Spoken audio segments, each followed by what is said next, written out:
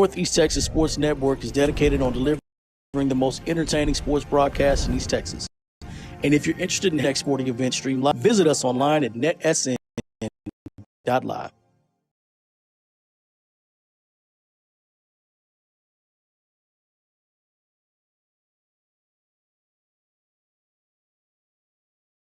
The fodder conversations that come across. It definitely brings a different element than I'm accustomed to. Keeps you on.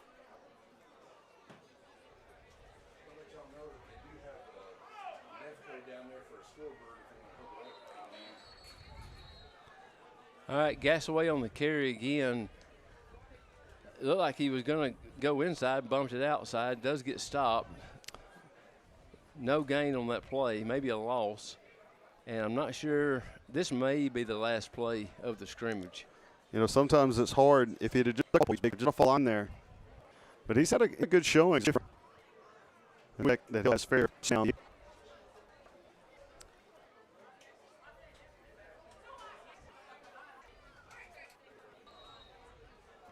Wade Black on the keeper, down to about the 15-yard line. You know, those everybody loves a long, flashy run. Certainly you want, but you know, that's the way to control the clock, control a game, and ultimately control a district. Yeah. Well, it is 6:46 right now. We were told the JV were going to run until 6:45. That was Alto's allotted number of plays. And I believe the teams are lining up here at field to shake hands. I think I'll do it for the JV as the varsity players for Alto are walking out onto the track.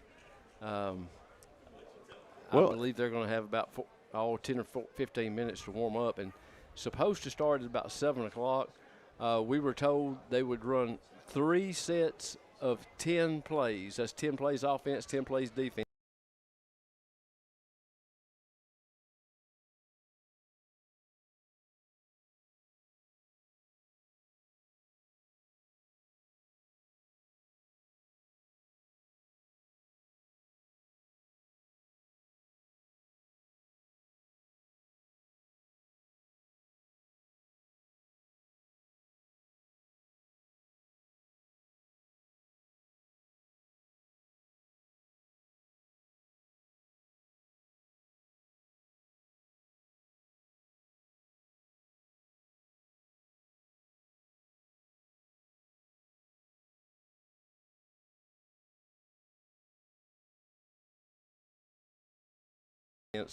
Three of those sets, and then if both teams are willing, a live quarter to follow.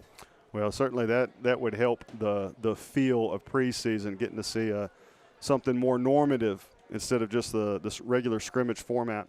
While we're in between JV and varsity, let's take a moment and hear a word from Pyramid Automotive. Hey Lee, what is it about these gooseneck trailers that attracts customers so much? It's simple, really. They're reliable, tough enough for cattle, and built to last. Plus, we've been selling them since 2010, and we're the #1 retailer in the nation, so people can buy in confidence. No wonder we've got more inventory coming soon. We got to keep up with demand. Exactly. Pyramid Motor Company in beautiful downtown Alto, your #1 gooseneck dealer, built stronger to last longer. Meet me at Pyramid Motor Company.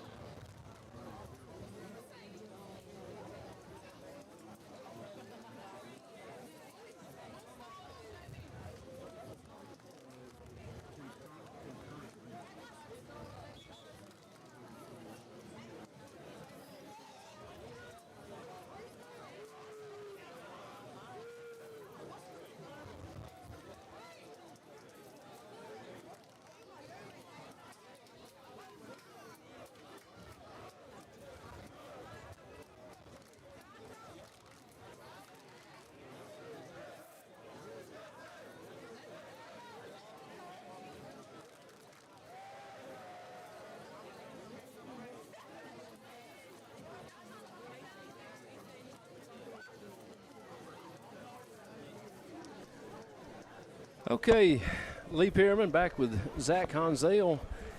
We've got about 15 minutes till end of the JV scrimmage, and now as you can see, the varsity is out warming up.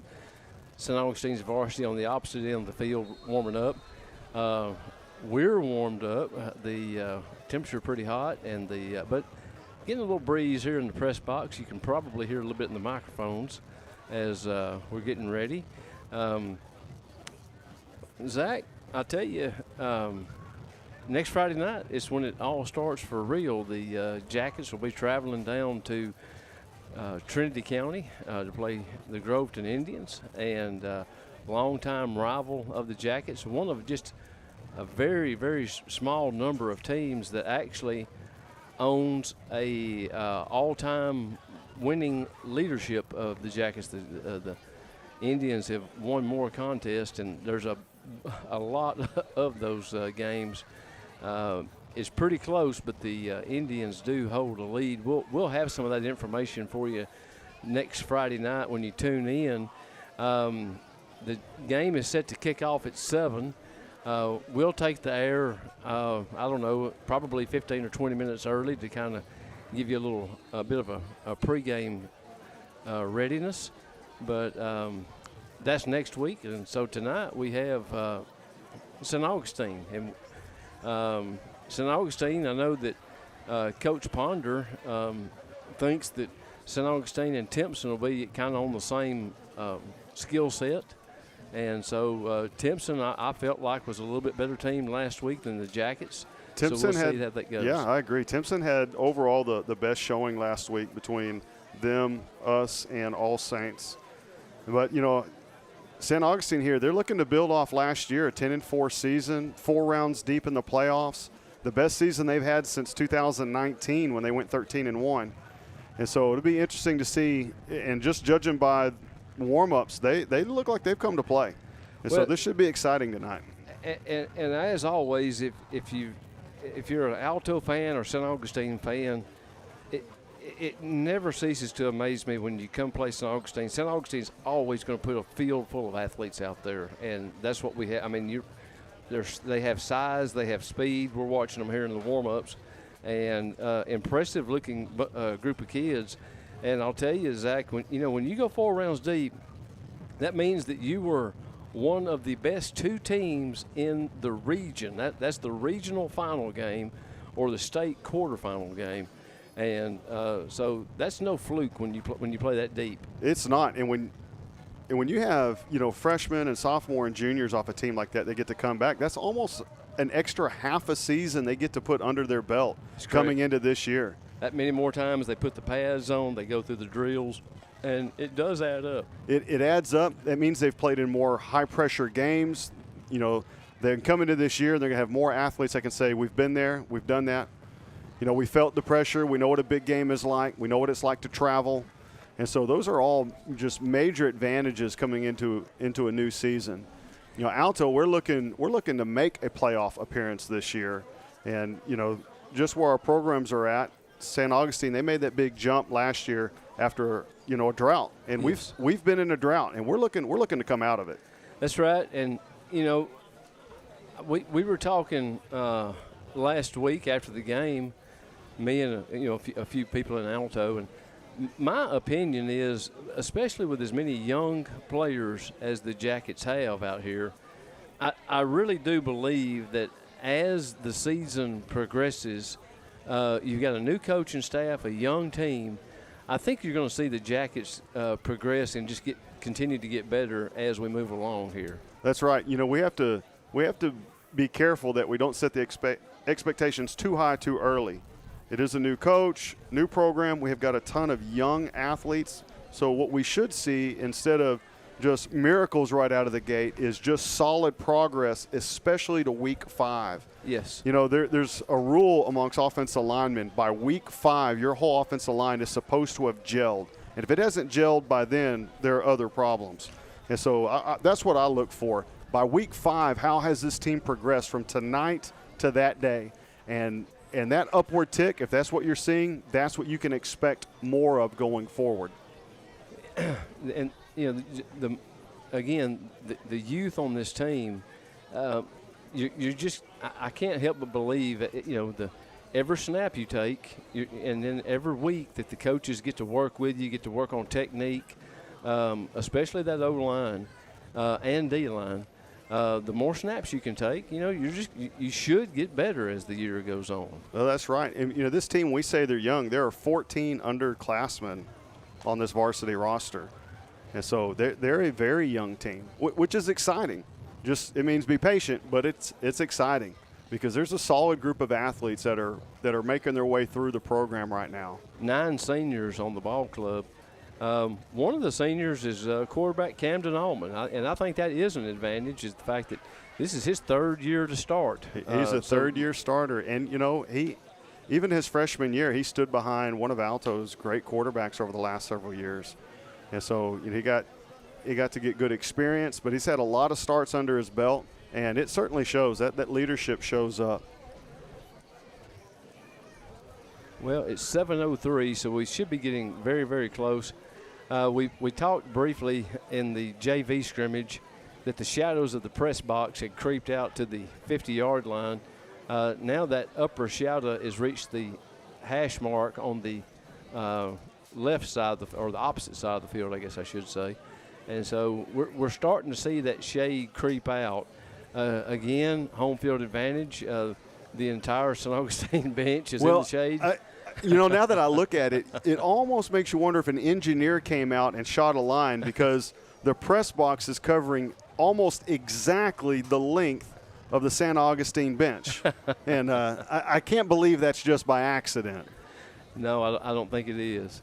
They certainly placed that bench right where it needed to be. But we're getting awful close to having some live scrimmage reps here again. 3 sets of 10 plays apiece. So Alto offense 10 plays, and then St. Augustine offense 10 plays, or vice versa. And then you're going to see the number 2s come in and get a set of 10 plays apiece. And then I think you'll probably see the number 1s go again for 10 plays. And, at our level of ball, some of the guys that are number 1s are also number 2s. So you're going to get a lot of snaps. And then, if there's anything left in the tank, then you're going to see the a live quarter. And I think you typically see that live quarter in the second scrimmage. And so I think that's what we should be getting ready to be entertained too. Absolutely. And that live quarter, that's really the first true taste of Friday nights before the season comes. Also for the coaches, the coaches put the headsets on, make sure everything is communicating. Again, a new coaching staff here at Alto, so they've got to get used to communicating to each other. That's right. And, nobody really wants to see them succeed quite the way these coaches do. They're in the heat. They're in their day-to-day. They're pouring their lives into these students, and they want to see them be successful. And so we're very encouraged for what we've seen so far. We look to see that continue. If you have hung with us here through YouTube, we appreciate you, especially if you caught a little bit of the JV game. I know it was broken. The signal was broken up, but I believe we've got that all fixed now, so we should be good to go with the varsity. We've got 100 people watching right now. For everybody that watched last week and that's currently watching, we absolutely appreciate. If you would, you go ahead and like and subscribe to NETSN, and that helps what we're doing here across the board. Download the app. The app is free. And the app is going to give you a lot of good information, a lot of scores around the area as we progress into the season. A couple of the things that I'm looking forward to that we'll get into next week at the Groveton game is there will be a ticker running across the top of the screen with a lot of area scores and games going on to kind of give you some idea. There'll be an active scoreboard at the bottom of your screen. And an active clock. It'll tell you what quarter we're in. So a lot of information that you'll be able to get that is typically you don't get on the radio side. You don't. I tell you what, it'll be worth logging in, especially if you're not at the game, just to not only see your home team, but to see the scores of everything that's going on around us, and that's just a big advantage. I see we have I don't know if it's a repeat offender or customer, but we see Sheikah Moore logged in with a Let's Go Alto, and that's right. We want to see the mean Sting put it on today. Well, we're getting close. Both teams have made it to the sidelines. It looks like the starters for the Jackets have come out. Not sure if this is going to be offense or defense, how the Jackets start off, but we're fixing to find out. The Wolves are making their way onto the field. And I'm here to tell you that these Wolves have some size to them. They're pretty good-sized kids. I tell you what, they have a pretty meaty-looking team here. Not Overweight. They look like a fit, well-oiled team right now.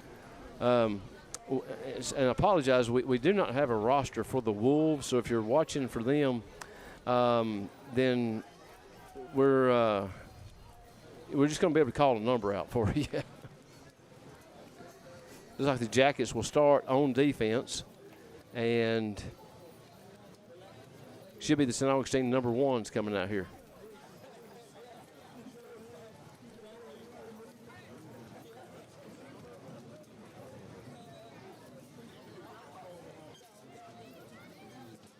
So,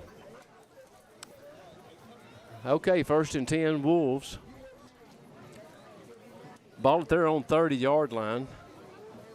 I believe that's number 1 at quarterback. Shotgun formation with a pistol set running back behind him. It appears we might have lost a camera here. We're going to do the best to keep you well informed on what's going on until we get that camera feed back up.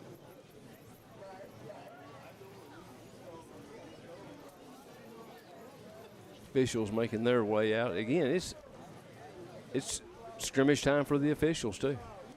St. Augustine does have a fantastic facility here, but I believe, when we started doing this training, Lee, that they told us that signal-wise that this is one of the places sometimes the signal can be a little bit intermittent.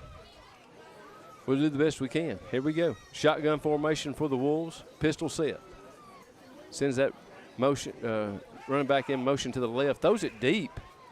It's going to be over the head of number 3. If he could have put that more up the sideline and out ahead of his receiver, he had a man open there. Jadarian Jones on the coverage for the Jackets, junior defensive back. Be 2nd and 10 for the Wolves.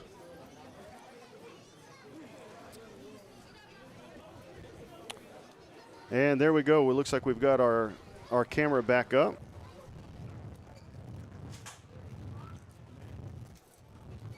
Looks like we might have had some kind of battery issue. Okay. Back up and running then. Okay, here we go. Shotgun formation again. Tight end flank to the right side. Sent him in motion to the left. Hand the ball off. Big running back. Hey, how about that nifty tackle there by Jabari Moore? It is a good tackle there. He might have gotten away a little bit with the face mask. With the face mask rules the way they have them now, I understand what they're doing with player safety, but I kind of miss the 5-yard and the 15-yard because certainly there is such a thing as incidental face masks, but now they're all automatic 15 yards and a first down. All right, it's 3rd down and 8 there for the Wolves. Yeah, that's where you want your defense to be. You want to get into 3rd and longs. Statistically, this is how you get off the field.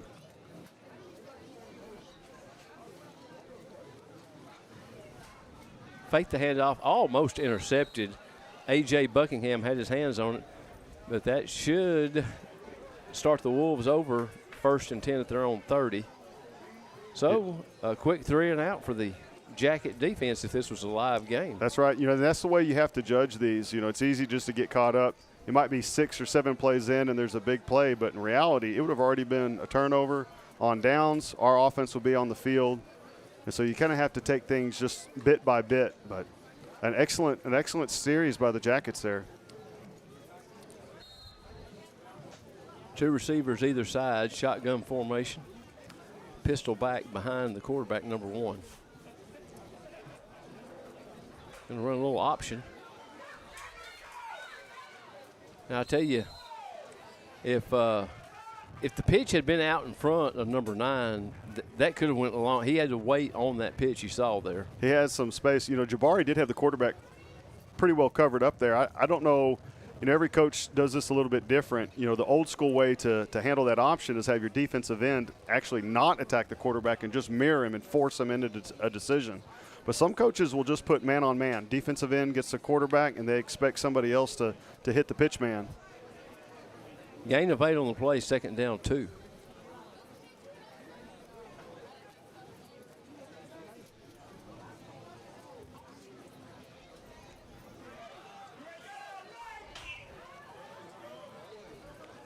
There's a flag in the center, usually is indicative of a hold.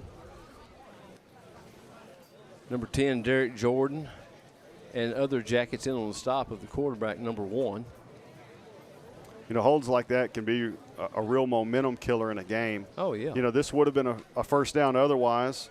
Now, he may not have gained all the yards he had, but it certainly looks like it would have been a first down either way. But, in a game time situation, now you lose 10 yards and you have to start over. And it does look like this week that they are going to mark off the penalty yardage. That's something that's a little bit different in a scrimmage. Yeah, a lot of times they'll just wave those things off and kind of keep things rolling. All right. Should be about 2nd down and 12 here. Down marker says 3rd, but, yeah, they're going to flip it back over to 2.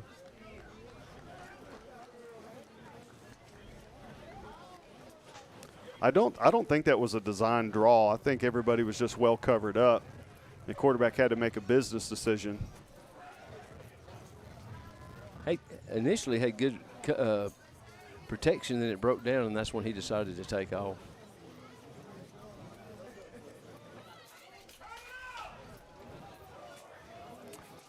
Yeah, number 7 there for the Wolves, making a good gain, avoiding a tackler there at the line of scrimmage. Wes Marshall finally able to force him out of bounds. Good pickup on the play, though, out to about the 37-yard line, so gain of about 9 on that play. 3rd down 3. Well, you really like to see a stop here and be able to start this scrimmage with essentially 3 and outs. Mm-hmm.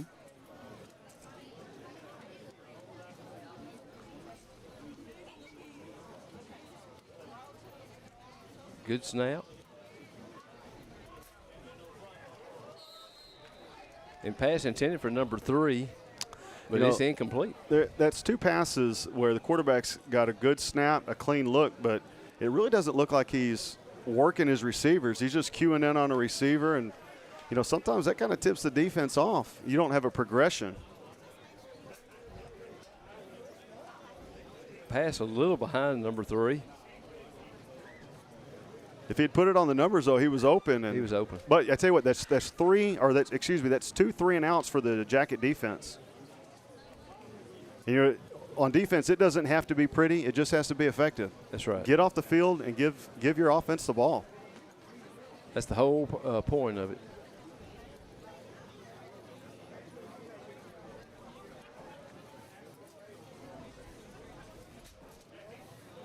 That's what we saw last week, though. You saw he had protection and had time to kind of scan the field, throw it. We'll see how much time Camden Allman gets to throw when the Jackets get the ball. Last week it wasn't much, and there is almost really good run by number 7, as Jabari Moore had him dead to rights for a loss in the backfield, and then somehow or another number 7 gets out and then has the speed to turn it on and flip the field here. They might have put the baby oil on that uniform. I don't know how he got out of that tackle, but he did for an excellent gain. 1st and 10 Jackets. And the first down. 1st and 10 Wolves. Yeah, 1st and 10 Wolves. First down of the night. At the Jacket 35-yard line. Coming on, that would have been play 7 of the series, I believe.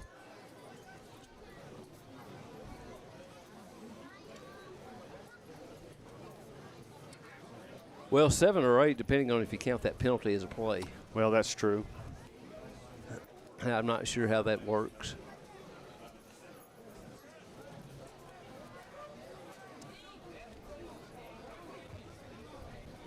Pistol set. Bad snap. Number 1's got to pick it up and throw it deep. He's got a man. Oh my God. They just dropped 6 points, but I tell you what, they had Gage Glover staring him right in the face. Man. You know, if Gage hadn't been there, that quarterback might have taken another half second, got his feet set, and that would have been 6 points Wolves. Should have been. I mean, that. But coulda, wouldas, and shouldas.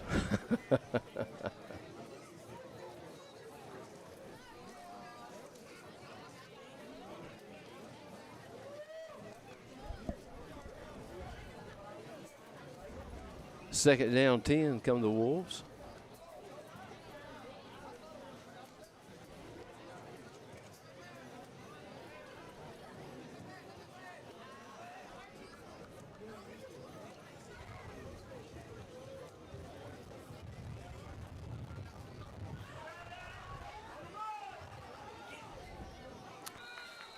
That time the Jackets did get some pressure on the quarterback, flushed him out. He did. You know, he had Green to the left, though. Normally a left-handed quarterback running to the left, that's his preferred side, but he still did not make a good competitive throw on that one. And that may have been, I think that's the last play that St. Augustine has. So we'll turn it over, and the Yellow Jackets now will go number one offense versus the number one defense. That's right. We'll see if they can share the love around. Alto scored 2 touchdowns in their first scrimmage last week, both receptions being caught by Alex Gonzalez. And so that seemed to be a good connection all scrimmage last week between Camden and Alex. Alex kind of fills that, Cole Beasley role. Real small frame, incredibly fast, and always seems to be able to find an open spot on the field, an open zone. Again, he's one of the 9 seniors on the club for the Jackets, and he got a lot of varsity experience last year. He does, and he's an excellent defender, very quick. But, with him on the receiving core, he's also got 2 very tall receivers that he shares the field with. And so it gives Camden several different types of weapons on any given play to go to.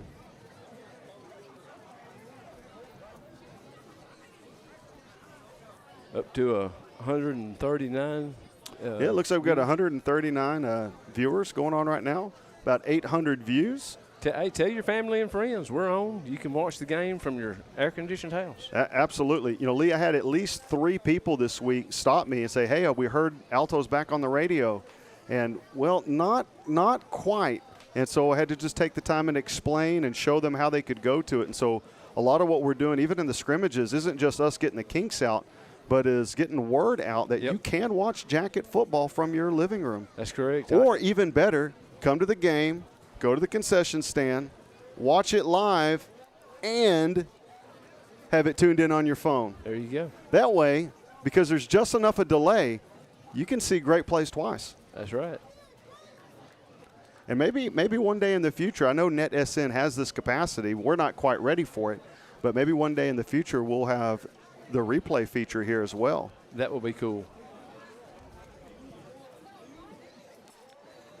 They got to take the training wheels off of us first, though.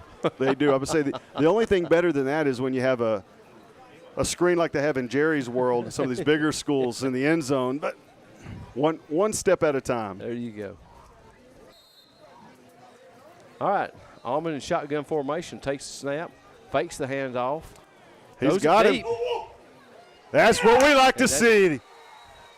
Let's see if they call it a completion or not. I think the ground. The back judge here. Yeah, there's a catch. That's what we want to see. That's Jaden Whitaker. Excuse me, Braden Whitaker. Hey, and I'll tell you that what I was keying in on that play, Zach, Almond had time to throw it. He did. The line I tell you blocked what, it up pretty good. If you follow his eyes too, he looked at 2 different receivers and he put a ball 50 yards down the field on the money. All right. Shotgun formation, running back to his left. Going to hand the ball off. Buckingham hit in the backfield and then drug down. He's bottled up there, maybe a half yard or maybe a 1 yard loss. But on that first play from scrimmage, that's what a senior quarterback can give you. And, that's a good way to get a team right in rhythm. Put the ball in the hands of your seniors. Let them get something going early.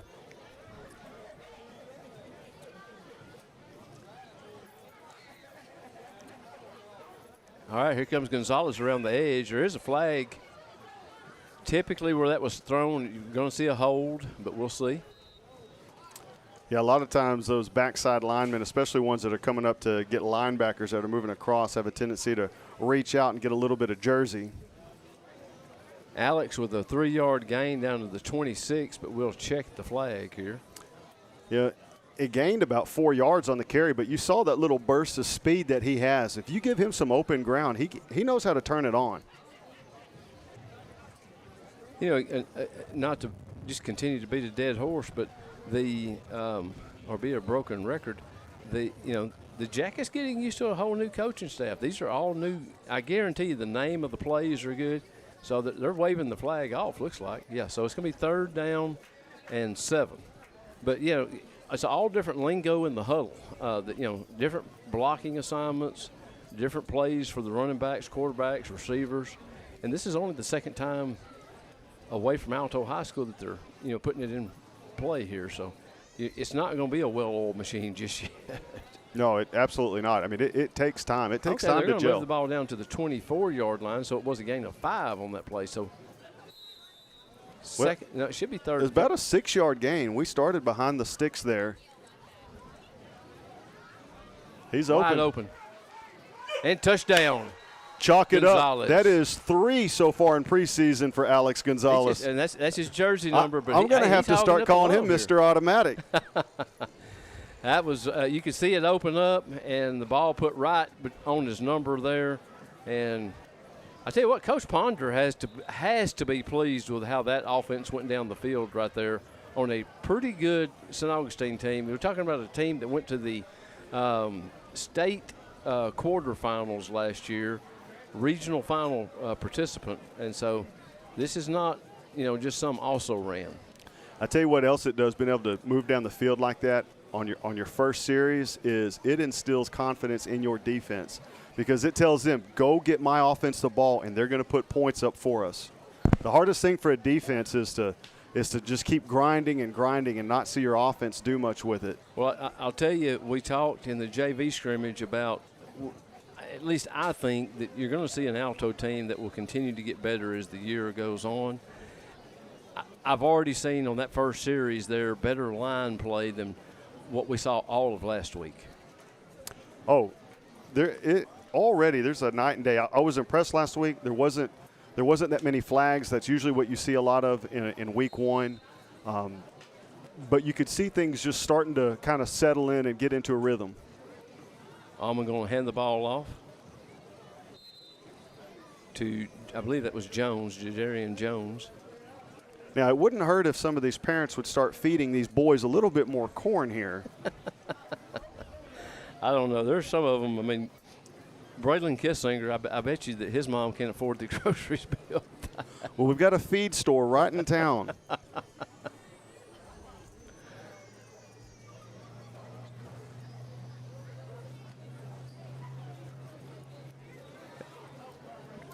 Just as I was bragging on the line, though, well, that handoff there, I tell you, Jadarian Jones having to make a move in the backfield just to get on track.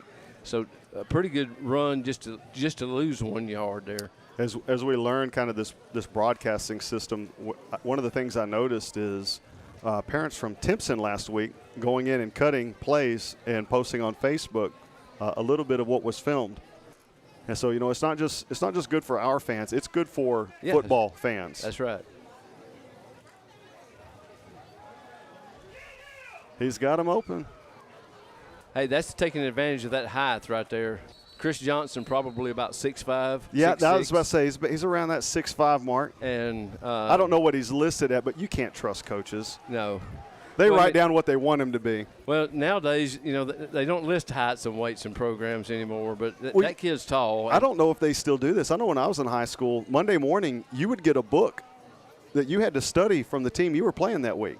And you had to know numbers, heights, weights. Oh, Jones slipped in the backfield that time trying to make his cut and get up the field. You had to know how many times your opponent that week ran the ball versus throwing, what was their top 4 plays. And you would have a test during the week. And tell you what, come Thursday, they start asking questions. They know who read that book and who didn't. Yeah.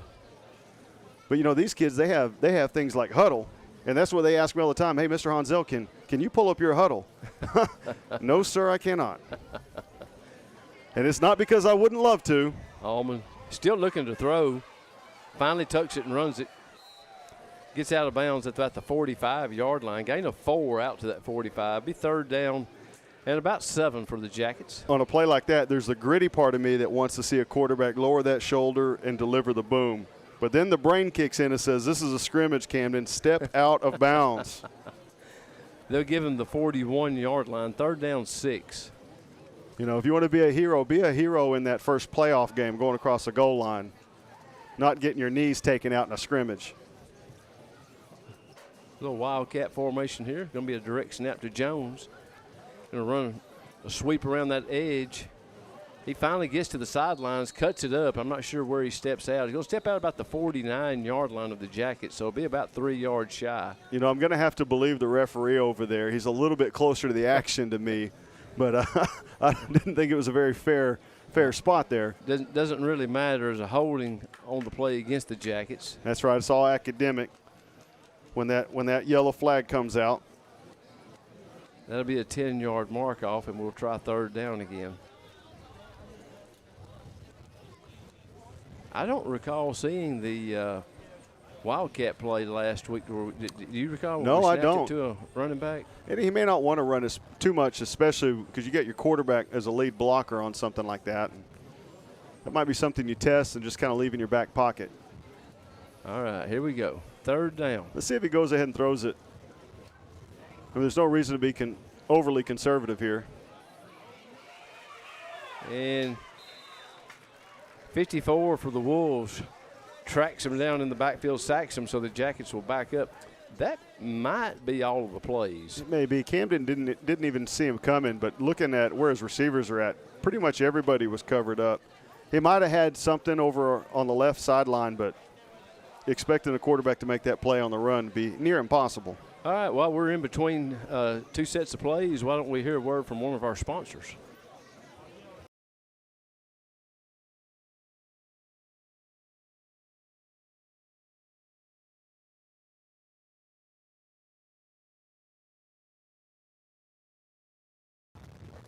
Struggling with mobility, chronic pain, work, or sports injury? At Azalea Orthopedics, our team of highly trained physicians specialize in complete orthopedic care, pain management, sports medicine, physical medicine, and rehabilitation. If you've sustained a bone or joint injury, have mobility or movement problems, struggle with pain, contact Azalea Orthopedics. We're conveniently located across East Texas, serving 18 counties. When visiting your doctor, urgent care, or hospital, you have a choice. Demand Azalea at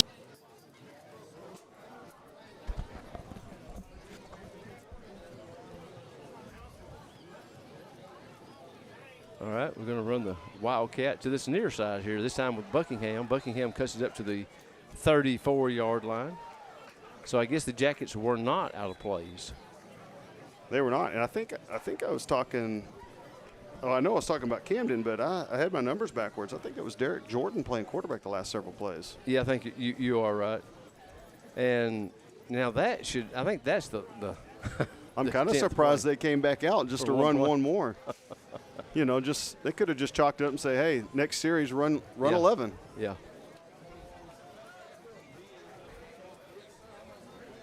Starting to see the shade cast across the entire playing surface now. I'm sure that's got to feel better for those kids out there. Well, and it's probably about 125 degrees. They can't see over into the away stands, but it's just now touching just one corner of the stands there. I'm telling you, an engineer figured this out on how to keep the sun on the opposing team and keep the home stands completely shaded up.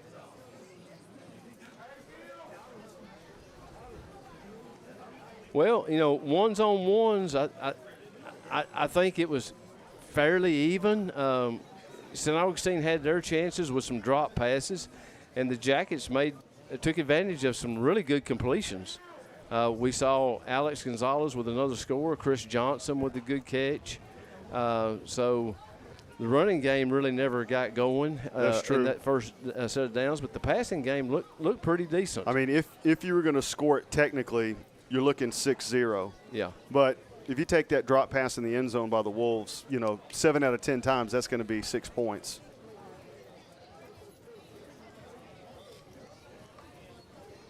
Yeah, pretty even up there in my book of watching it there. Imagine here you'll start to see a lot of the twos come in for the second series. But, you know, especially in 2A ball, a 2 is kind of a funny number because a 2 on offense is very well a 1 on defense. Yes, correct. More than likely is. Before we get started with this next set of plays, one thing, Zach, that's going to be a little interesting next week is Groveton High School is going to honor one of their all-time greats, if not the best that's ever put the uniform on, Rodney Thomas. Passed away several years ago, and just Google some of his statistics. It's he was amazing. Went on to play college and then professional ball, and so there will be a ceremony to honor him before the ball game.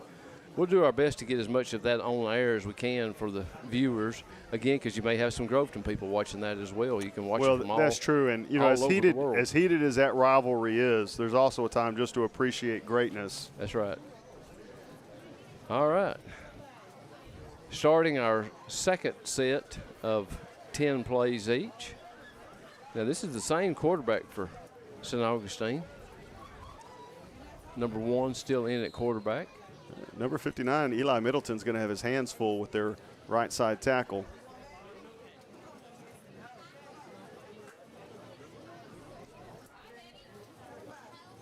Looks like a little miscommunication here. Yeah, the head coach was communicating something to the quarterback. They had something wrong. A little miscommunication in the backfield as the quarterback does hit the running back. Throws it over the head of the one receiver and too low for the next, so I'm not sure which one that was going to. I mean, he had a receiver open. He just couldn't drop the ball quite in there. Yeah, 28 was open. The back receiver, I thought, was covered up pretty good by the Jackets. I think he was trying to go to 28, just kind of overthrew him. Yeah, sometimes people don't appreciate, though, how hard it can be to throw the ball on the run. Mm-hmm. And I think that's what happened. He's running to his arm side, and I think that he just had a little bit too much oomph in there. Yeah, you end up pushing the ball just a little bit. You're trying to drop it down in a hole. And,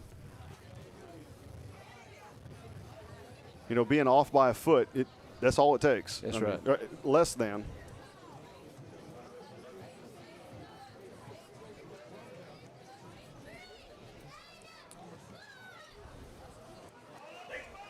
There we go. Lee, that ball nearly came out of there. He was running kind of loose with that ball. He had a kind of an Earl Campbell-esque carry, but not quite an Earl Campbell-esque physique to back it up. And there's not many of those out there. No, sir, there's not. All right, gain of about 3 on the play. You know, when coaches come back and they look at film, that is one of those things you go, well, he gained 3 yards, but will drive a coach nuts seeing that ball just hanging out.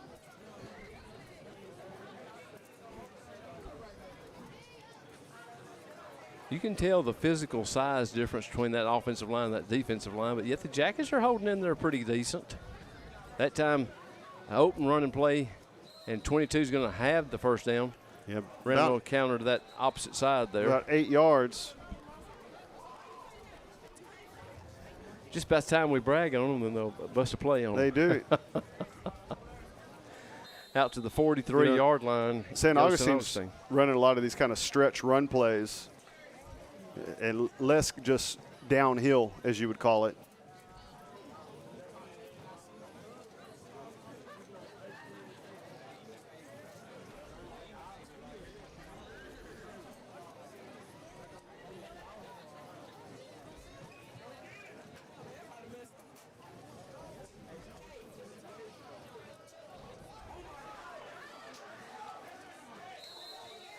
Finally, one of those wide open receivers comes down with the ball. It was that there was too easy. That was just pitch and catch. 81 comes down with it.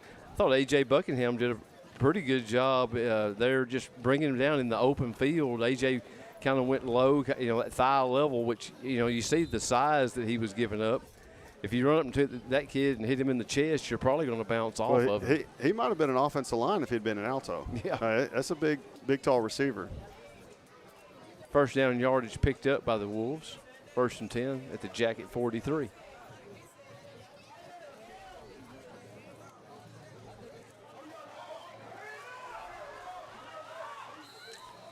That's a good stop. Eli Middleton almost having a tackle in the backfield. I tell you, I thought number 8, Kylan Rosales, did a good job of kind of turning that play back in. I thought that play was going to go for more at first, but limited it to 4-yard run, 2nd down 6. I thought Kylan did a pretty good job of kind of slowing up that momentum and letting that backside coverage get, pursuit get there. Yeah, when you play out on the edge like that, sometimes the best play isn't you making a tackle. It's just holding that runner up and allowing the defense to catch up.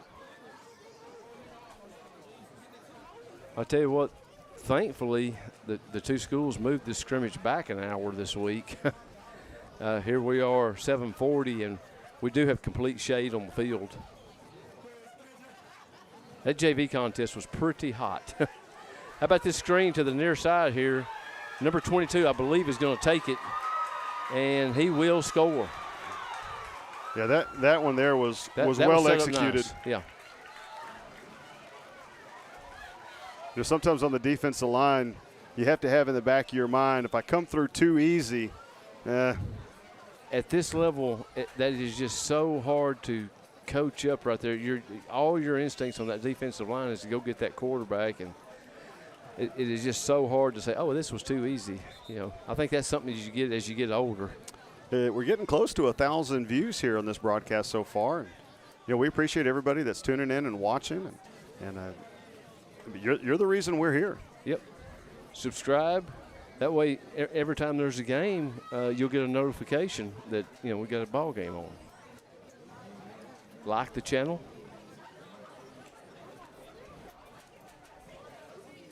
NETSN, download the app. It is a free app. A lot of information on that app, a lot of local scores and games, contests.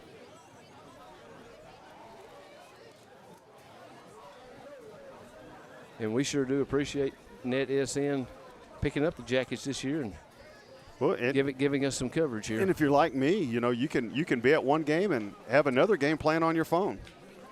Correct. It's a kind of like split screen on your television doing it that way, but we always like more football rather than less.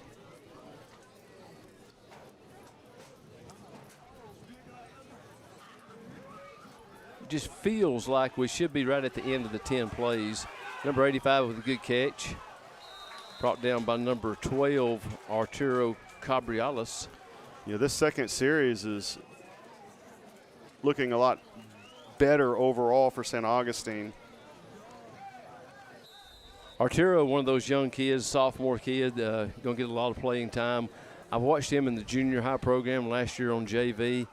He's a kid that's going to play real hard for you and give you everything he's got. 1st and 10 Wolves, ball just across the midfield stripe.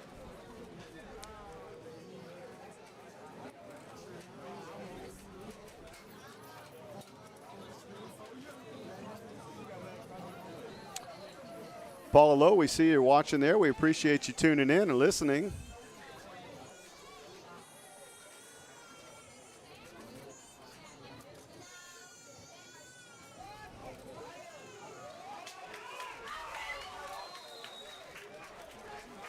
Couple of broken tackles, but Bryceland Gwynn hangs on. Now, again, I don't want to sound like a broken record, but Bryceland Gwynn is a freshman playing out here on the varsity. He's able to get the runner on the ground. Gain of 5 on the play, 2nd down 5. And Bryceland, he made a number of good plays last week. He's just one of those up and coming young bucks we've got here in Alto.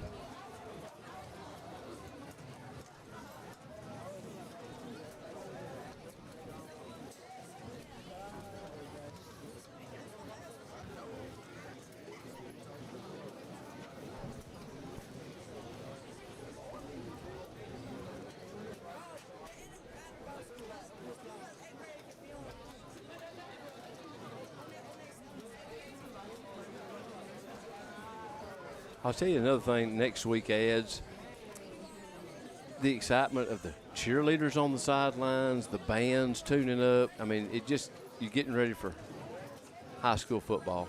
That's right. That's one of the things that makes football really such a great sport, because it's truly a community effort. Good to open field tackle by Buckingham. Flag on the play.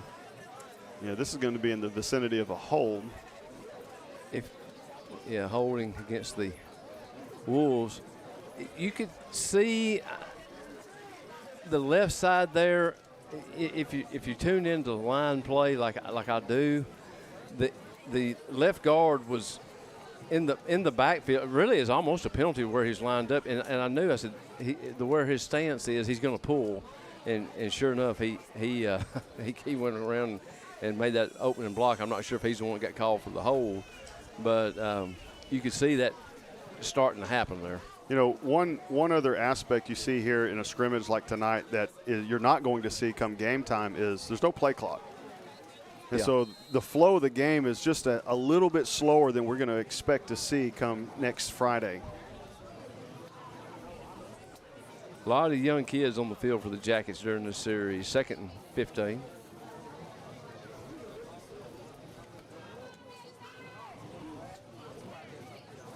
Pass dropped on that far sideline. That's one that probably should be caught, but the quarterback there made a business decision. Yeah. Colin Rosales was coming to see him, and he got rid of it. And that is the 10th play for the Wolves. So they'll back up to the 30-yard line, and the Jackets will get their second stint of 10 plays here.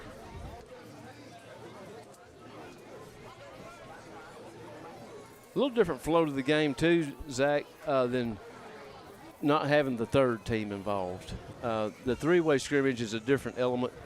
This time, it's if you're a St. Augustine fan or a Jacket fan, your teams are on the field the entire night here. That is very true. It's kind of odd with a three-way because you get almost not quite a halftime, but essentially a halftime in between, every other series or so. Lee, especially as we're learning a lot about this kind of broadcast platform, for those of you who are listening, why don't you go ahead and tell us where you're listening from. Give us an idea of how far the reach is. I believe last week we had somebody watching in from Arkansas. That's correct. I think we're going to get farther than that, so let's see how it goes tonight. I'll be very interested to see the first one out of the country. Yes. That'll be exciting. And that will happen. But I know we're going to get some fans, from farther than Arkansas. So let's see how let's kind of make that a contest this year to see how far we can reach.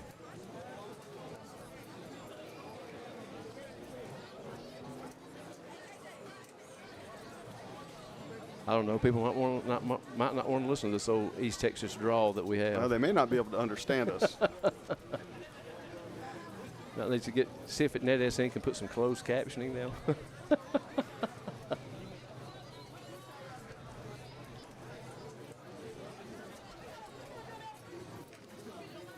Not having that sun pipe in this back door, let me tell you, that is it's still hot, nicer. But it is a lot nicer. This back sweat is starting to feel a lot better now. We've got Derek Jordan in the backfield. Camden Allman still at quarterback. Flag on the near side here. Allman fakes, pumps, and then finally throws. That's Brayton Whitaker. That's a solid play. That's a senior quarterback there. I think he was going to try to go deep to Alex. Alex was way back here. There are two flags on the play, one at the near side here and one back in the backfield here, the defensive backfield. Yeah, this one towards the line of scrimmage, sometimes that can be caught on the offense too, but usually you'd see maybe a defensive holding here. Or it could have been an offsides and they let them play it out. But we don't really get any official indication right now. No, as we get next Friday night. You see Camden Allman clapping. Yeah. I don't know if that's just him keeping his team together, but no, it looks like the play's going to stand. And so that's another Jacket first down. And I'll tell you another thing, Zach. At least what we've seen in these first two scrimmages, and I think we'll see it transition over into next week, at least early on in the season. I know Coach Ponder knows how to teach running the football. He came from Mount Enterprise, best running back to ever play the game according to stats. But I think we're going to see a lot of the passing game to open up a running game to start off with. Well, and, you know, the offensive style we had the last 2 years, Camden's thrown a lot of passes the last couple of years, and so that's in his wheelhouse. We asked the question about where people are listening from, and it looks like Arkansas has now been beat out by French Lick, Indiana. Hey, look at there. Is it Larry Bird? Well, I don't think it's the hick from French Lick. But we certainly are very glad to see people tuning in, and it's very exciting. A.J. Buckingham brought down on the right side there, and a whole host of flags come in. Now, I don't know if they got him by the face mask or something, but I think all 4 officials saw it. Lee, I don't know if you can see these comments. I don't know if I can believe some of this, because now French Lick, Indiana is out, and Paraguay is now in. Did we mention that there's no money involved in this, who wins the contest? Well, that's true. If you win, you just have the pride of knowing that you listen from further away. There's no cash prizes to be claimed. Yeah, If we promise that, not that profitable. That's right. Brett would fire us that fast. That's one of those plays where you just have to kind of take it on the chin. Yep. Well, and you can see, I mean, look how much bigger 54 is than AJ. Once he wraps you up, he's got a big physical dominance. There's another flag on the field here. Starting to see some laundry hit the field in these I don't know if plays. it is players just getting a little tired and starting to reach a little bit, or. When you've also got some number 2s in the game, so. Well, that's true. Maybe the But, referees are just getting in the swing of things. It may have been offsides on the Wolves because it's a 5-yard mark off against the Wolves, and they let that play happen. So I feel like that was an offsides penalty on the Wolves. We'll take it. You know, while I did think we had a good showing last week, we are moving the ball a little bit better today, and so we like to see that progress. All right, Bryson Gwynn going to look like he's going to take the Wildcat.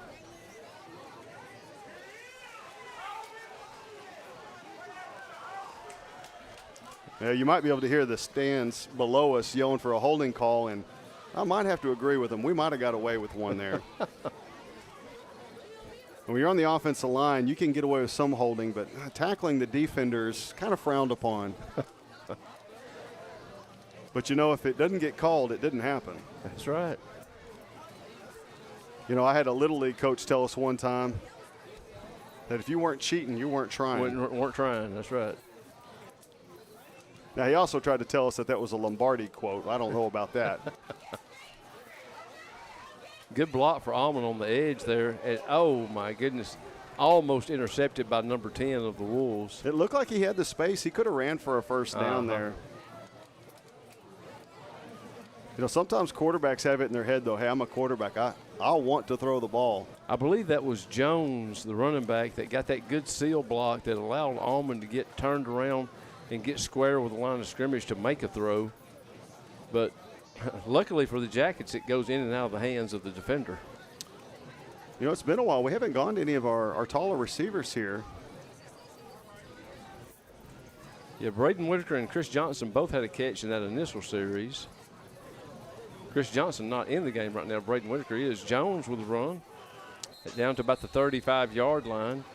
And you know Coach Ponder just has to be, you know, knowing that he's got to get that running game going. Yeah, I mean, that was a tough run, but, you know, when it's 3rd and 6, you need more than 2 yards. 4th down coming up for the Jackets. 4th and about 3 from the 36-yard line of the Wolves. You got to feel like the Yellow Jackets are getting close to the end of their 10 plays in this set.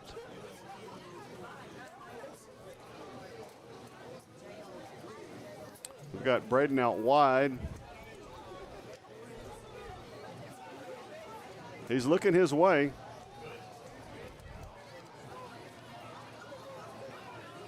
All right. He's going to be Good catch tackled by a Braden host of Wolves. Whitaker, yeah, down to about the 24-yard line. That will move the sticks on that 4th down conversion.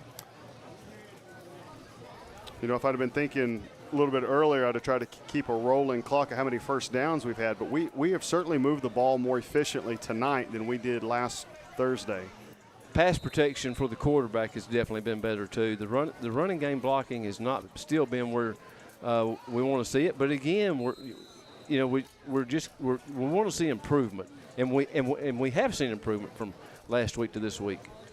Now, as exciting as it was to maybe have somebody listening from Paraguay, this might be the cutest. Coach Castillo's son, I think with the help of his wife, considering he's 2, says that he is watching from the living room. There you go. As are a lot of people.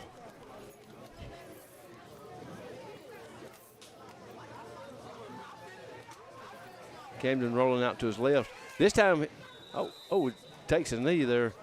Yeah, I thought he had some room to get another few yards. What I like to see, though, is that he is moving his receivers even as he's running, buying them time. You know, sometimes those broken plays end up being your biggest gains. 3rd and 10 for the Jackets. Allman does look comfortable running this. That stretch run play by Jordan. Going to get 2 or 3 yards. Is that the first run for Derek Jordan? They've been using him to block quite a bit. You know, Derek Jordan, it looks like he might be banged up just a hair there. That's a tough kid, and he always gives you 110%.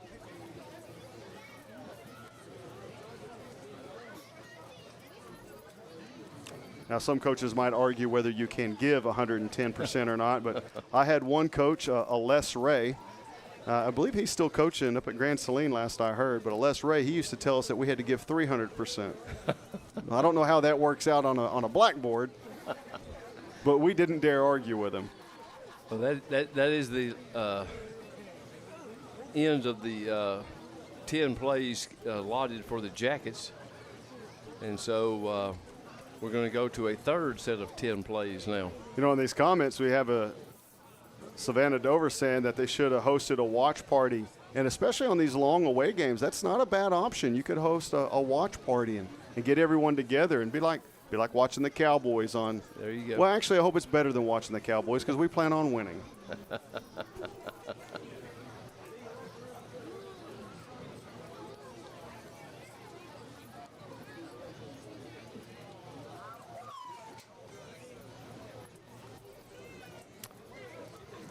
In between these, you want to run another commercial here? See if we got to get better at it. Well, here. that's true. We do. We need to practice. So let's see a word from Azalea Orthopedics. Struggling with mobility, chronic pain, work, or sports injury?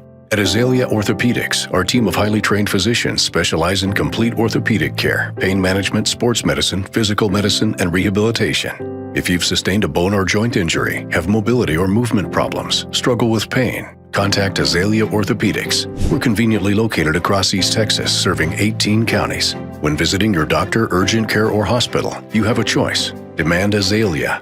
At Azalea Orthopedics, your health is our priority.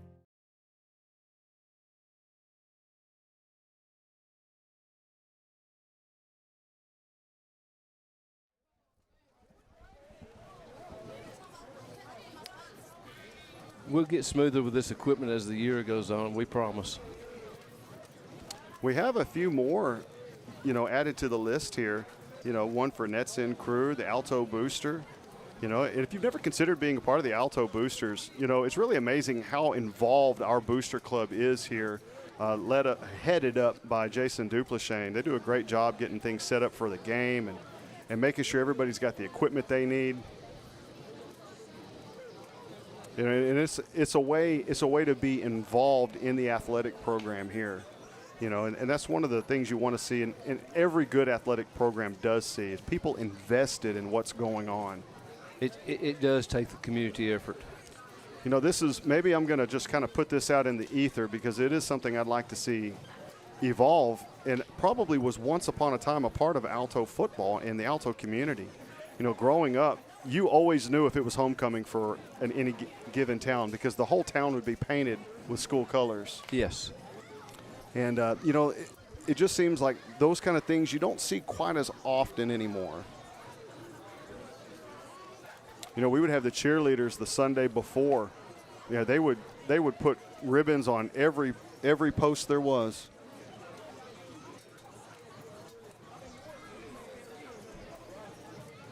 Okay. St. Augustine coming out for their third set of 10 plays. At this stage, I would think you're going to have a pretty good mix of your starters in there, but I really don't know. I would think the coaches on both squads are still getting a look at a lot of players, so that they may be it may be a sprinkle of everything here. Yeah, of course we don't have a roster for St. Augustine, but you know, it looks like some of these players have been out there for every series. Well, but certainly there's a few that have been mixed up in between. Number one at quarterback again, so St. Augustine has not played anybody else at quarterback. We've got one of St. Augustine's best first down plays of the night there, about 6 yards. Yeah, receiver just kind of sat down in that open spot, and the quarterback found him. The defense did a pretty good job of rallying up to him to get, to not let a big run after the catch, but still, nonetheless, a 6-yard gain.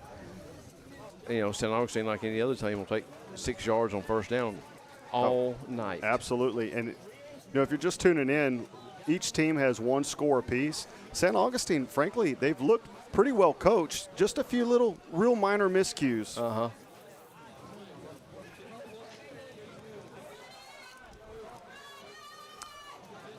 Good run by number 7 around the edge there. And just like that, that's not going to be a highlight run, but 8-9 yards, and more impressive, everybody was blocked up on that play. Well, that's what I was going to say. Alto lost the edge on that one. It was pretty easy for the running back to get that edge and out to the midfield stripe. Those are the kind of runs, especially if you can get in the second quarter and the third quarter, but by the time you get to the fourth quarter in a game, they're 30, 40 yards. And that's where we're here. This is kind of similar to a third or fourth quarter action, and I think you're starting to see some fatigue set in.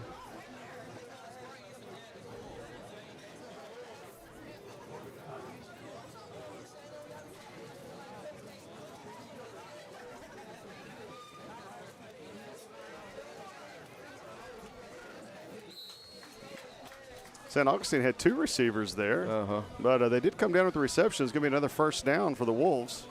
Yeah, pass complete to number 11 for the Wolves. Gain of about 11 on the play.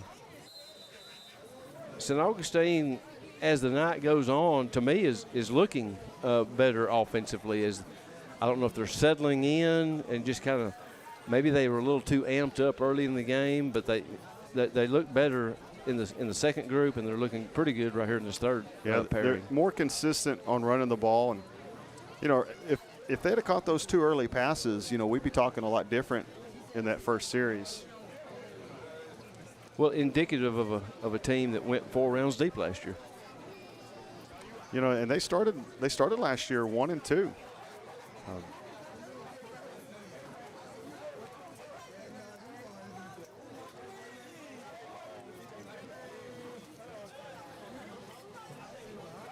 Eli Middleton with a lot of pressure there, but couldn't quite get to the quarterback. And quarterback scampers off to the left, looks like for about 13 yards or so. And another Wolves first down. Yeah, a couple of the Jackets did get in and disrupt the play, but just unable to get the quarterback on the ground. You did a good job disrupting, but you've got to get them on the ground. Especially with younger players, as they come through the line, a defensive end or a defensive tackle, they see a clear path to the quarterback and they start licking their chops thinking, I'm going to get the kill shot. And really what they need to do is break down just a little bit to be sure that he stays in the pocket. Correct.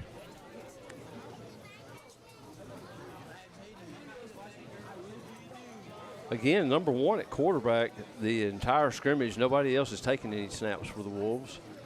So not sure, you'd think that they definitely have a backup quarterback, but maybe they're just wanting to get him as many snaps as they can. Number 3 finally kind of redeems himself. He was the one that dropped a couple passes early, but this one here catches it and he's got good yardage down inside the 10-yard line, first and goal to go with the 8. That's the first time they've thrown that ball like that out straight out into the flat. And really, they look like a team that would be built for that. They've got some big receivers. They've got a quick first step if you could get the ball in their hands and just let them go. Good-looking athletes. That's the thing that I'm still getting used to is the video aspect of this. And so, the people at home can see that. Well, they're seeing what we see. Yeah. And, we're set up even up here a little bit different than we were last week. So you don't even have the screen in front of you to remind you that it's scrolling. Yeah.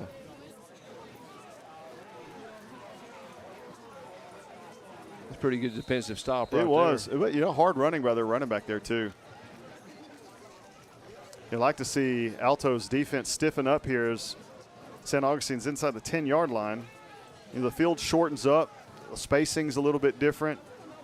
But at the end of the day, you can't let the ball cross the end zone. So Gain of whatever one it on that takes. play. Yeah, 2nd down and goal from the 7.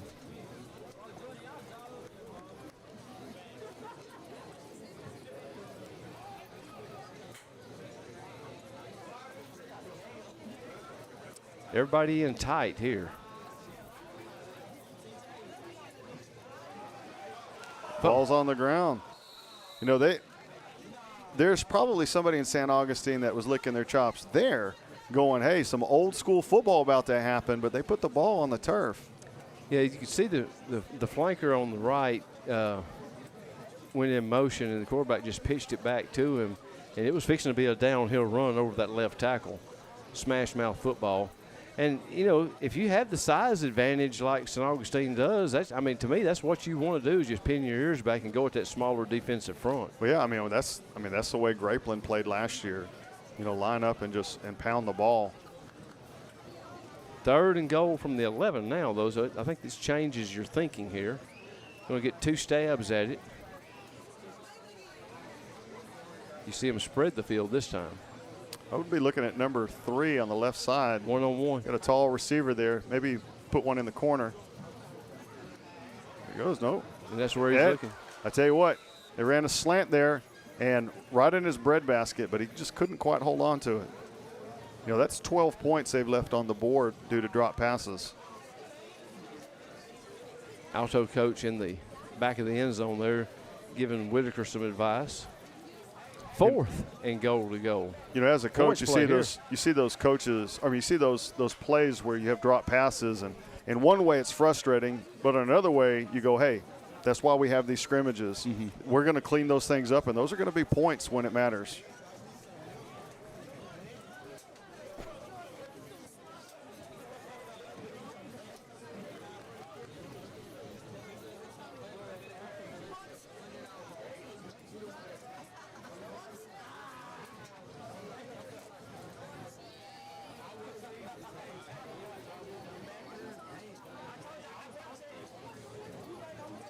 Oh, my goodness.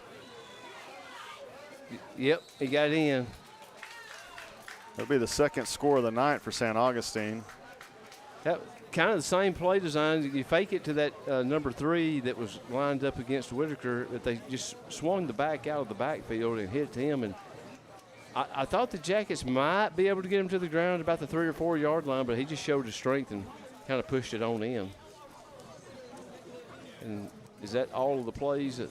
Augustine's kind of huddling up right there. So I think you're going to see it turn around and go the other way here. So let's try one more commercial here. Yeah, let's see one of these from the Alto Booster Club. Yeah. Mm-hmm. Friday nights in Yellow Jacket Country are built on pride, tradition, and a community that always stands behind its team. NETSN would like to thank the Alto Booster Club for supporting our broadcasts and for everything it does for local student athletes. If you or your business would like to support Yellow Jacket football on NETSN, email sales@netsn.live. The Booster Club, proudly supporting the Yellow Jackets and NETSN.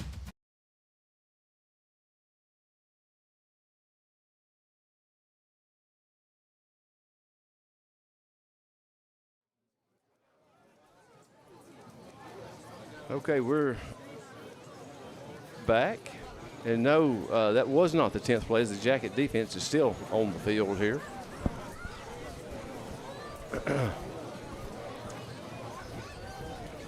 Closing in on about 30 defensive snaps. But, you know, you've got to get ready because next Friday night you're going to have them. That's right. We got someone watching here, Matt Hill from Minneapolis, and we got Savannah Dover maybe giving us a little side eye, casting shade at the Cowboys. Savannah, don't worry. I'm a long-time Cowboy fan. It's just I can remember the last Super Bowl, and it's been too long. It's I'm a true Cowboy fan, or sometimes I say sufferer, but yeah. It is an affliction as of late. Yes. You know, I grew up in a golden era, 92, 93, 95, and Yep. well, my childhood has been over, and kind of like to relive some of it.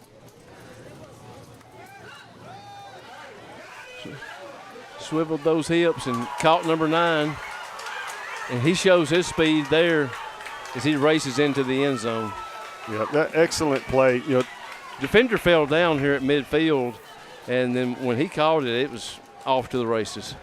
yeah, you saw the quarterback do something there we didn't see in the first series, and that was checking receivers. Yeah, you saw the little play fake, and he swiveled that hip, and then he threw a really good deep ball. And that may have been the 10th play, as both teams are going to their sidelines now. So maybe now is where we're at here.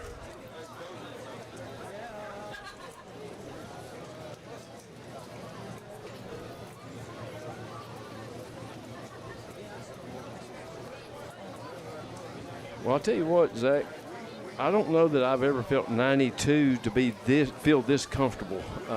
As you know, when it was 99 and 100 up here, and that sun beaming down, it was about like being in a, I don't know, maybe a prisoner of war camp. We might have to start bringing some salt tablets up here with us if we have to do this very often. Yeah, but you know, 92 feels pretty good right now. Maybe we can find I don't know, maybe an 8th grade kid I could drag along and maybe give him a big fan and he could fan us up here. Well, you know, there's a box fan up here, and I thought, well, we'll turn it on. You might get a little noise in the mic. And I just threw it away because it doesn't work. I'm like, man, that was cruel. You think you're going to get a little fan, a little breeze. And nope. Probably has set out in this press box over the last year, and the humidity's gotten to it. So where are we up to on views now for the scrimmage? Well, we just passed up 1,200 views. We've got 144 people currently watching. And so something we'd like to see grow, and we know ultimately is going to as the regular season kicks off next week. But really, you know, from judging from last year's games and some of the history of the NETSN, there's really a lot of excitement on NETSN's end, saying that, hey, Alto's doing a great job as a community, already logging in and watching and paying attention to Jacket football. Well, with 1,200 views, it's not all from Alto. There's going to be people from all over helping to get that number up. Well, you know, we might have 500 churches in Alto, but we only have one football team. And so it's something we can all coalesce around.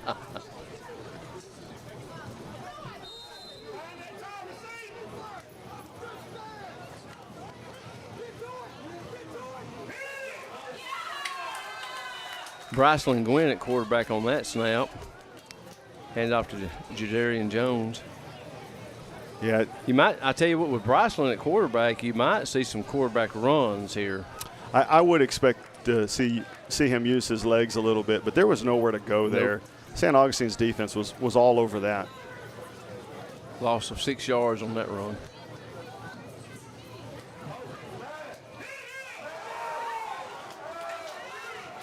And again, Gonzalez nowhere to go on that one. He's still on his feet, though. That just shows you the kind of fight that he has. Maybe the smallest guy on the field, but he probably has the biggest heart on the field. No doubt. You know, it looked like there was some miscommunication there. We had a fake to nobody. Yeah. But you know, you're gonna have that. Freshman quarterback. Man, freshman quarterback. You know, you're playing for a position. You're also kind of playing for your life. Yeah. Now it's second down 20.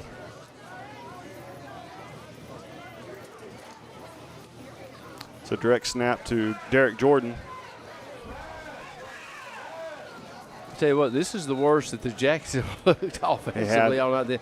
3 plays and a loss of about 13 yards on these 3 plays. So the Jackets are probably glad to get it back to 1st and 10 again. Yeah, you know, Derek, did everything he could do there. There was just nowhere to go. Nowhere to go.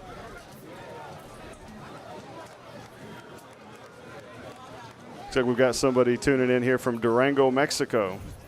I had a feeling that Mexico was going to be the first country outside of the United States, but somehow Paraguay. The gentleman says he's a former student from St. Augustine. Look at here. I'm not sure. I think the Jackets may have just called a timeout, and I think the coaches see what we saw on those first 3 plays.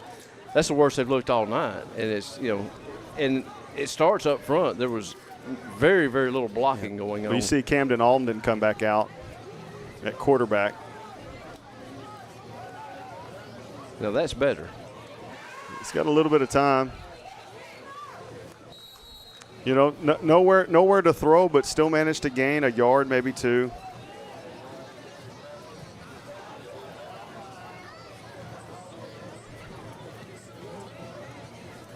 No gain on the play, 2nd down 10.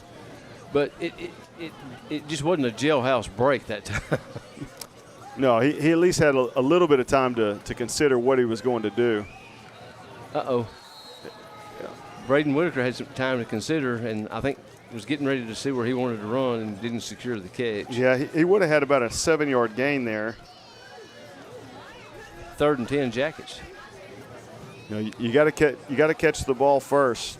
Really, I think that's the first true dropped pass for the Jackets tonight. I think you're right. They've been pretty sure-handed so far.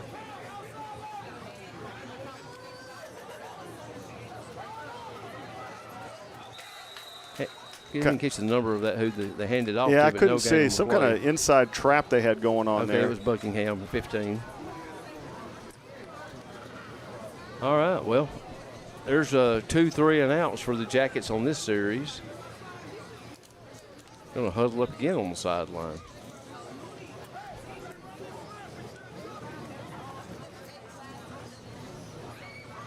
Maybe, getting ready to, all right, it's 1st and 10, so we're going to huddle up. And that might be what we see from Groveton is that you come to the line with your first play.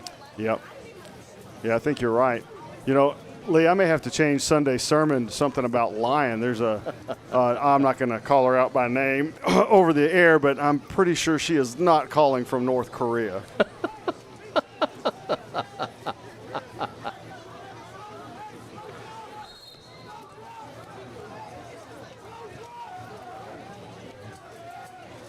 This time he's got time to throw. Now his pressure breaks down. And a good play by Allman. Just throw the ball away. Yeah, that is a smart play, especially on 1st down. If there's nothing there. Don't give up a 10-yard sack. That's right. There's a life lesson there. You don't let one problem become 2 problems.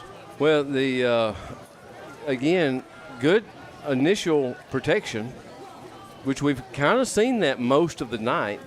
And then – yeah, he's had a fair bit of time to make decisions, and that's what you want to see. Changing quarterback here. Sometimes the defense, they just have everybody covered up. Jones going to take the direct snap here. Yellow Jackets have really tried that all night, and it has not worked yet. There's just too much penetration off the edge. Wolves are ready. Well, you also know it's coming. Every time they've done that, they've only run 1 play out of it. Loss of 5 on that one, 3rd and 15. But, one thing to remember, especially in scrimmages, sometimes you will call plays that you normally wouldn't call because you're trying to create some situations that otherwise you wouldn't have.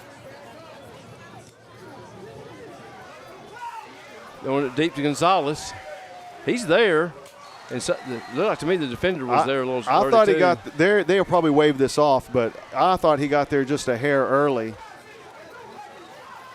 You could see Gonzalez was behind everybody. If he could have put it out in front, Gonzo will go out and get it. Yeah. But, that also kind of highlights what I was talking about before is, sometimes, look, you've got plays that you want to call, and it's not the right time to call them, but you just need to see it. Yep. And so, it may be something you would never call on a 3rd and 2 or a 1st and 10, but but you need to see a team in action. You're getting work in. You're evaluating talent, evaluating your plays, and one thing we don't know is we don't know what kind of game plan the coach comes in with. He may say, I want to make sure every receiver gets 4 passes or 6 passes, or he may have a depth chart on plays that he's going to individually evaluate later. Yeah. A.J. Buckingham gains 2 or 3 yards on that one. That may have been the 10th play for the Jackets. By far the best defensive stand by St. Augustine tonight. Yes. Now I think the coaches are going to talk.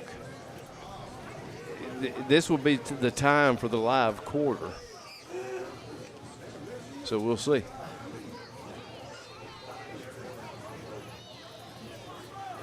Usually in these, you get a little water break, catch your breath, and then the intensity kicks up just a little bit. Because, frankly, 10 plays and 10 plays, even though you're hitting somebody other than your buddy, it still feels like practice. But that live quarter, it kicks it up. Yep.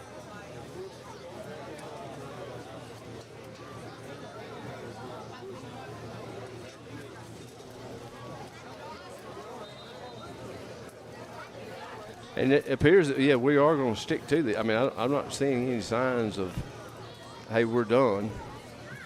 Got Joel Finley coming in here asking about the JV. If you look at the first part of this broadcast, you'll see we had some issues, some technical issues, and so the film was all broken, the commentary is all broken up. But the JV, they had a fair outing, a fair showing. Very consistent week 1 to week 2. Well, I was told before the scrimmage, too, that the Alto 8th grade and the St. Augustine 8th grade teams last year were both district champions.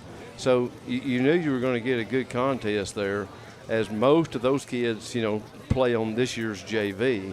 And it's kind of what we saw. It was a pretty even contest. We were setting up equipment during, I'm going to say, 2/3 of that scrimmage.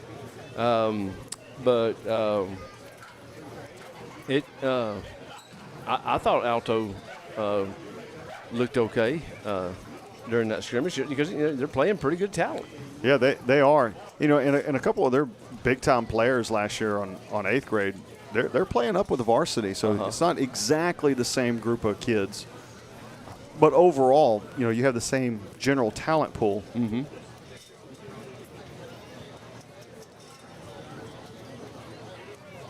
All right, well, let's try one more commercial break while we're just getting used to this here. So we're going to go to the commercial one more time. Most personal finance apps just track and plan your budget. But what if your account could actually control the money? Meet Crew, the only high-yield checking account that tracks, controls, and automates your household finances with absolutely no subscription fees. Simply set your budget and automate your decisions. Crew automatically routes your funds so you stick to your plan effortlessly. It's built for your whole household. Spouses get shared pocket visibility, while kids get customized debit cards with robust parental controls. With over thousands of reviews, Crew boasts a 99% customer satisfaction rating. Best of all, you earn an incredible 2.95% standard interest. Even better, use affiliate code NETSN to boost your rate to 3.45% for 3 months. Visit TryCrew. Okay, we're back. Lee Pearman alongside Zach Honzell.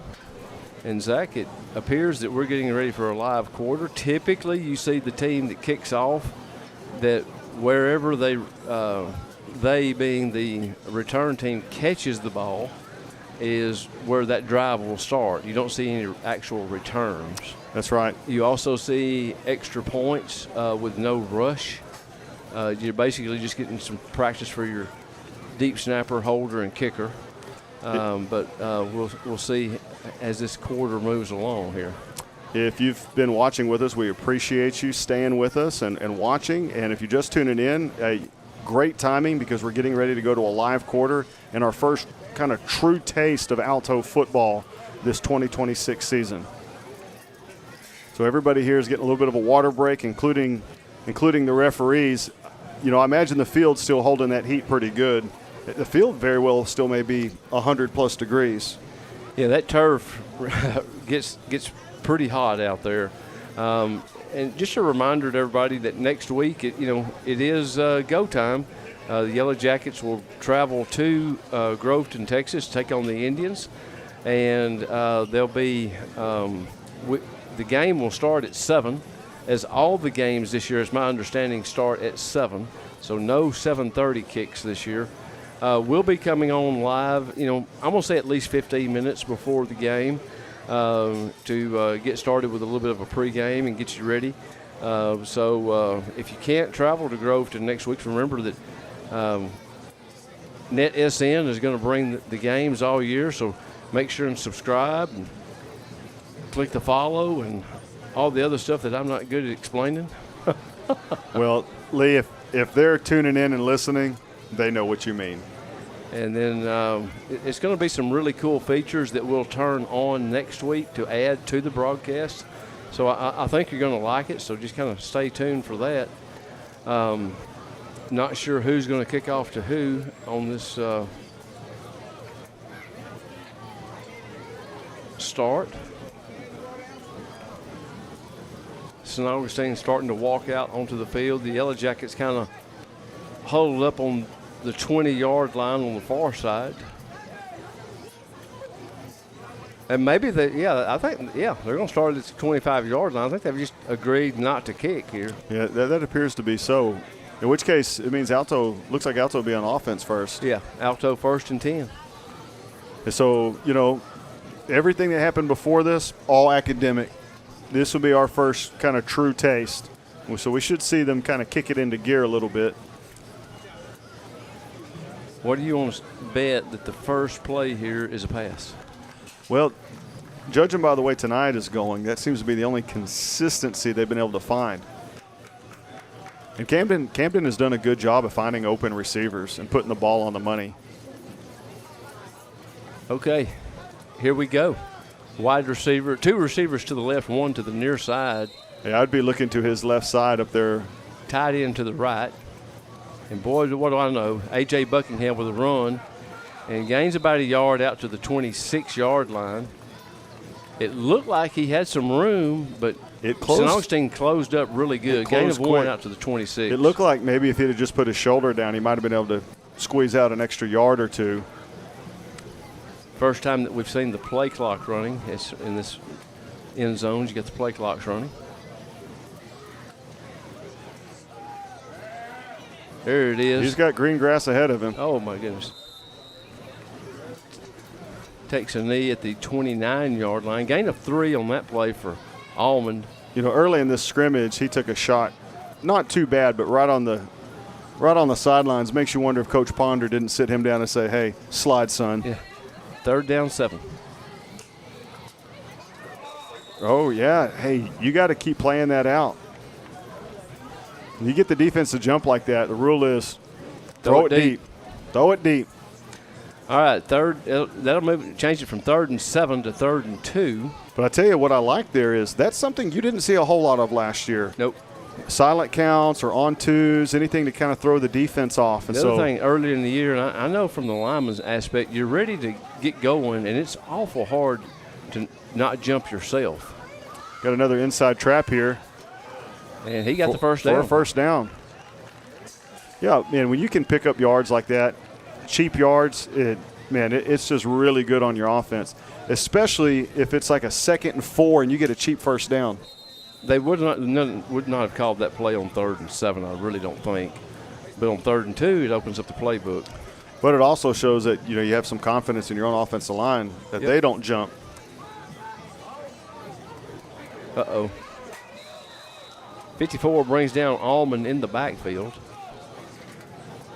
That's going to lose yardage back to the 26-yard line. And it'll bring up 2nd down and 20.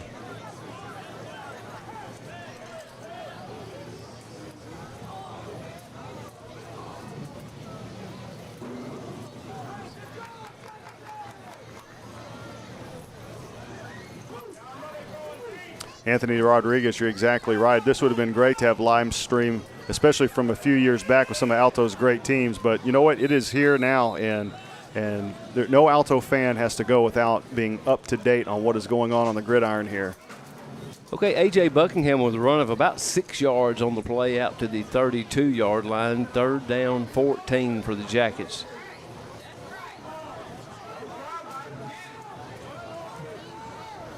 Maybe get Gonzalez on the seam down the field here, maybe? I don't know. He has had the hot hands. Yeah, they try to get the ball out to him. Well, they do get the ball out to him, but there's just nowhere to go. It's low. He has to take a knee to catch it. All right, so I guess we're going to see the first punt of the year. You don't want a pass play like that as a receiver. If you know that ball is coming forward and it's not a lateral, it's better to drop it. Yeah. Loss of a couple of yards on the catch just to kind of prove your point, right? Okay, Jadarian Jones on to punt for the Jackets. Got 2 back deep. Pretty good punt. We'll see where they mark it out, but yeah, some pretty good distance on that kick. Gonna be out somewhere around the Wolf 40-yard line. Well, the first Jacket drive in this live quarter stalls, but it's not a 3 and out. They did manage to get a first down and run a variety of different plays there. And so let's see if the defense can stiffen up here and get us the ball back. Marked out at the 41-yard line, 1st and 10. We want to see the offense run a ton of plays, and we want to see the defense go 3 and out.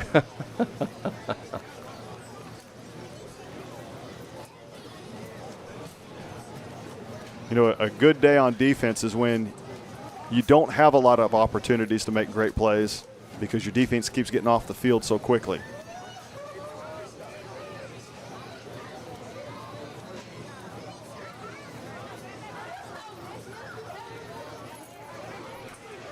All right, 1 at quarterback for the Wolves, as he's been every snap so far in the scrimmage. I'm a little surprised that the Wolves didn't use any other quarterback. I mean, it's a scrimmage. You would think they'd want to get somebody a few snaps. I mean, you know that they've got somebody penciled in there. I mean, there's no way that they only have one quarterback. Yeah, they simply have to have a false start against the Wolves. So 1st down, 15 from the 36-yard line. So that's a help for the Jackets. You know, if I were to critique St. Augustine today, I think they're playing overall really well, but the flags have been a little bit of a problem for them. Flags, and I think some misconcentration on some passes that were pretty easy catches.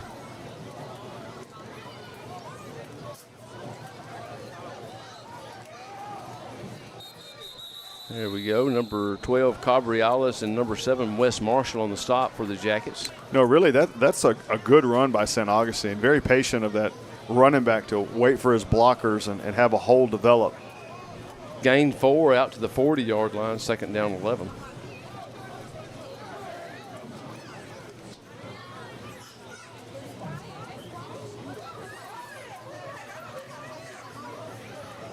Shotgun formation, pistol set behind him.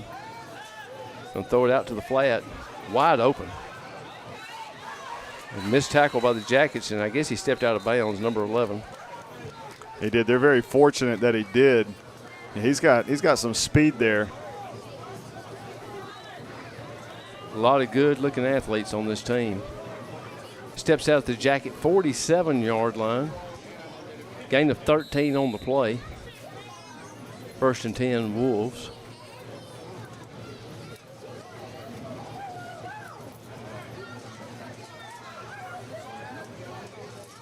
So you think right now, if the Wolves, you're really close, unless it's long, you're in 4-down territory for the Wolves.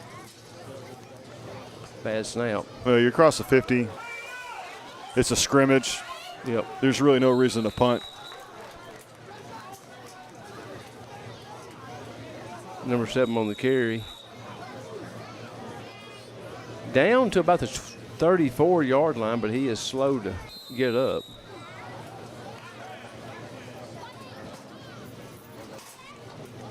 2 or 3 Jacket defenders get him on the ground.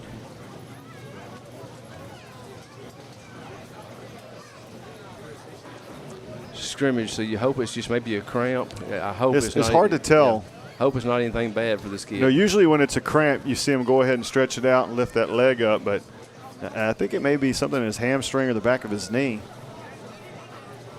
Trainer on the field. So it gives time for both teams to take a knee, take the helmet off, get some air, get some water. Jacket defense really needs to, I mean, they've kind of given up some chunk plays on this drive here, so I know they'd like to kind of compose themselves. Number 7 is going to walk off the field. Sure glad to see that.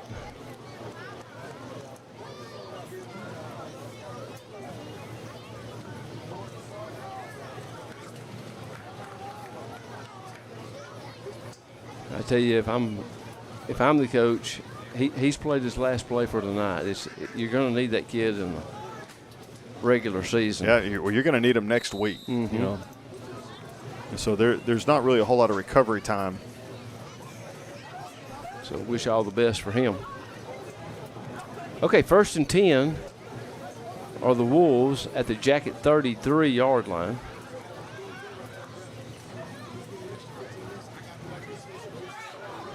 Wide receiver screen to number 3. This time he catches it, and he's going to sprint into the end zone. Touchdown, Wolves. Well, I'm going to tell you, Zach, the Wolves made that drive look a little too easy. They did. Really, the only critique on that drive is the false start. Yeah. Everything else was positive plays. Positive, smooth. That wide receiver screen, we've seen it, you know, a couple of times tonight, but that time number 3 hangs on to it, and he shows you why they keep throwing the ball to him. He's got some moves, he's got some speed, he's got some size. I wish we had a roster where we could call his name, but looks pretty good.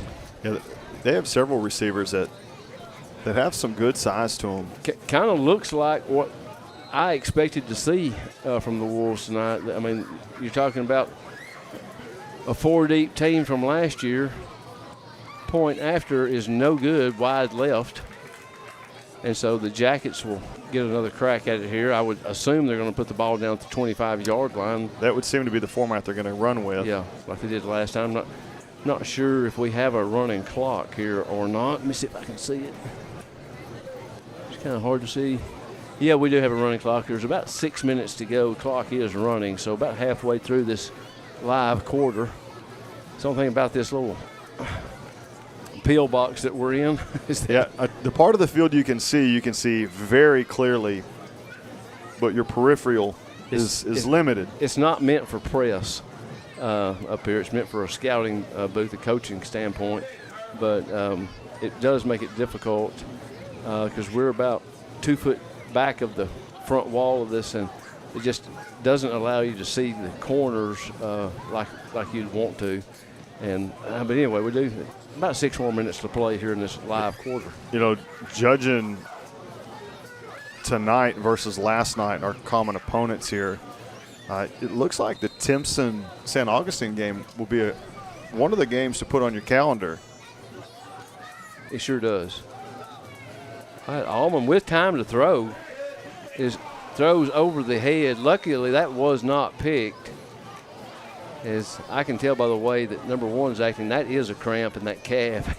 Yeah, that's the first one that we've seen it really in the first 2 weeks. I'm surprised. Yeah. Usually when it's as hot as it is, cramps, every 3rd or 4th play.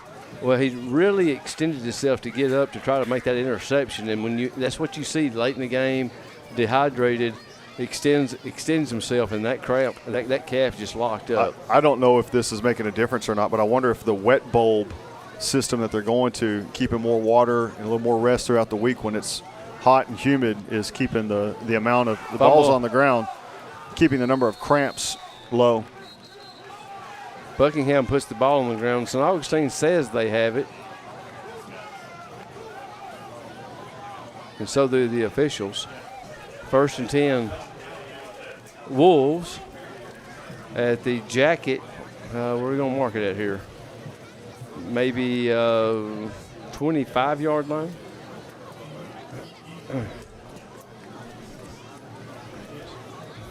So the first, 20 plays apiece, Jackets, I felt, really held their own. They're going to mark it back to about the 27-yard line, 1st and 10 Wolves. But that third set of plays and then in this live quarter, I'm not so sure that the Jackets haven't expended all they've got tonight. They seems, look like a tired football team right now. It's like a switch turned off. Yeah. Finally, we have somebody different quarterback. Pass The was receiver complete. there dropped it. Yep. Well, And maybe the coaches on the sidelines are listening to you, Lee. Well, no, number one was the quarterback, and he come down with cramps over here, and so they had to put in somebody else. But I tell you what, the kid put it right on the money. He might have just been tired. I know how to get me a water break. Yeah. He still laid down on the sideline with the trainer. They did. That backup quarterback, he did put the ball right there on the receiver. Receiver just threw it out of bounds. Number one jogging on the sideline now, so but I'm sure he's getting to tell the coach, hey, I'm good. It's hot, and even though the temperature's coming down, the humidity's also coming up. And so that ball sometimes gets real slick, people sweating on it.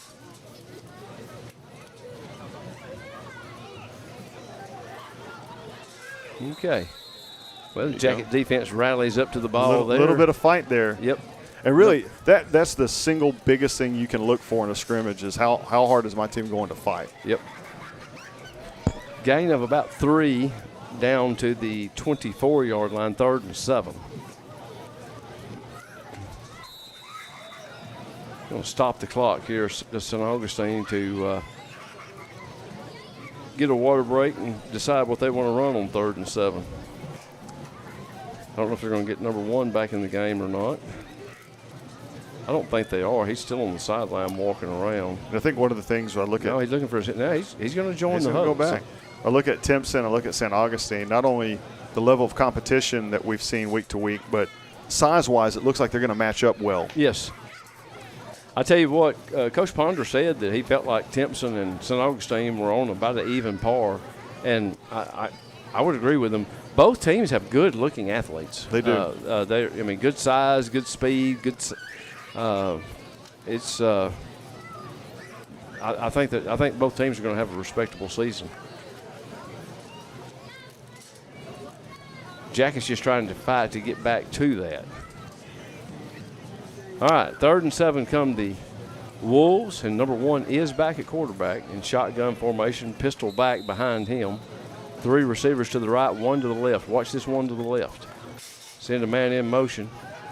He'll throw it back to the right, and a completed pass, but again, loss of 3 yards. Go down to a knee, and that helps the Jackets. It should be about 4th and 9.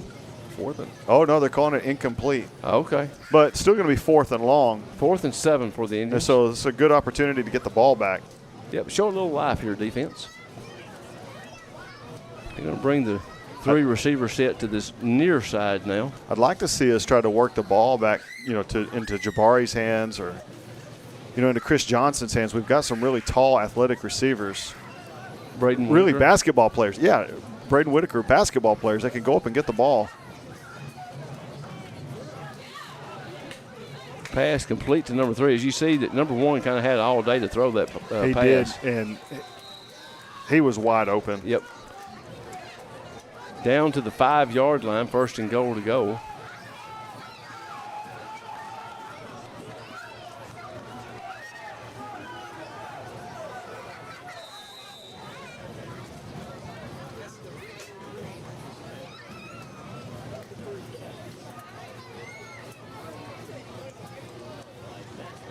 First and goal to go from the 5.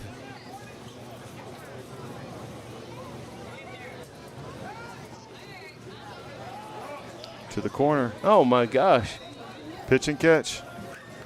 I think Braden Whitaker lost the football there. He didn't know it was coming to him.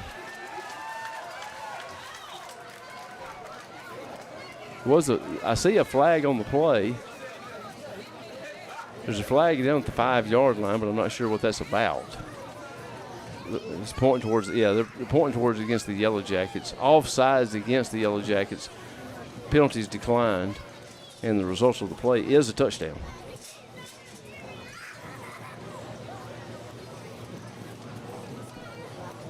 I think we just lost sight of where the ball was and where the receiver was. Just kind of stopped on the play. First extra point attempt for number 60 sailed wide to the left. And that one's through. 13-0 our score here in this live quarter. Should be pretty well winding down. 34 seconds left. So not much time. I think you've seen the Yellow Jackets just kind of run out of gas here this last They seem to have run out of steam. Well, when you're playing a team that is physically bigger and better than you, it wears on you. Yeah, and I mean, you can come come night out like tonight, and I'm not trying to throw up excuses. I'm just trying to state a fact. Well, yeah, you got to face reality. The bigger team is going to eventually wear you down, and I think that's what we've seen. You know, you come out and you throw all the haymakers you can, and you try to stay in the fight as long as you can. But when you run out of steam, you run out of steam. Yep, and I think that's what we've seen. But you know that's also a good data point for a coach. Yep. Hey, that is one of those intangibles. Well, that's why you have these things and these scrimmages, and I also believe that's why you have scrimmages that you're playing a competition that's maybe a step above you where you're at right now. Yeah, I've always been a big believer you should play teams that are better than you. All right, hand the ball off to Derek Jordan. He's going to get out to about the 29-yard line, gain of about 4. He had a little bit of space there to work with. You know, he hasn't had a whole lot coming out of the backfield. That very well could be the last play of the scrimmage. Let's see if the Jackets want to get one more in. I guess they're going to try to get one more. Yeah, you'd like to see him maybe try to toss one down the side or. And to A.J. Buckingham. And he's down.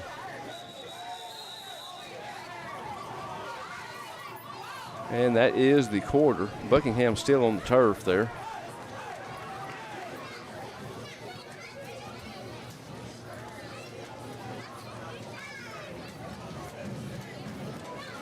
Okay, well, Zach, we have fumbled our way through 2 scrimmages. We've had, over 1,400 views tonight, 135 people that are still engaged, 143 it looks like. Yeah, but so you know what? All the warm-up's over. Yeah, we appreciate all the fan interest. We appreciate NETSN. Remember, before next week, you have time to download the app. It's free. And then get ready for a little live Yellow Jacket football all season long. We're going to be bringing it to you all season. So tell your friends and family that you can watch it on your phone, your computer, your laptop, your TV. So if you can't make it to the game, you can see it this way. Next Friday night, 7 o'clock, Trinity County, Groveton, Texas. That's right. Alto, Groveton. That's what East Texas rivalry football is about. That's so right. That's the way you want to start. And it's been an excellent challenge and opportunity for our first-year athletic director, Coach Ponder. And so get excited. Get excited. There's a lot to be excited about. And football season's officially here. That's right. All right. Well, until next week, we will see you then. I'm Lee Pearman alongside Zach Honzell. Thank you for tuning in, and I hope you enjoyed the broadcast. Only one negative comment. Something about NETSN commentators are terrible, which you don't have to tell us. We know how bad we are. But anyways, we appreciate everyone tuning in, and we look forward to seeing you and interacting with you for the opener next week in Groveton, Texas.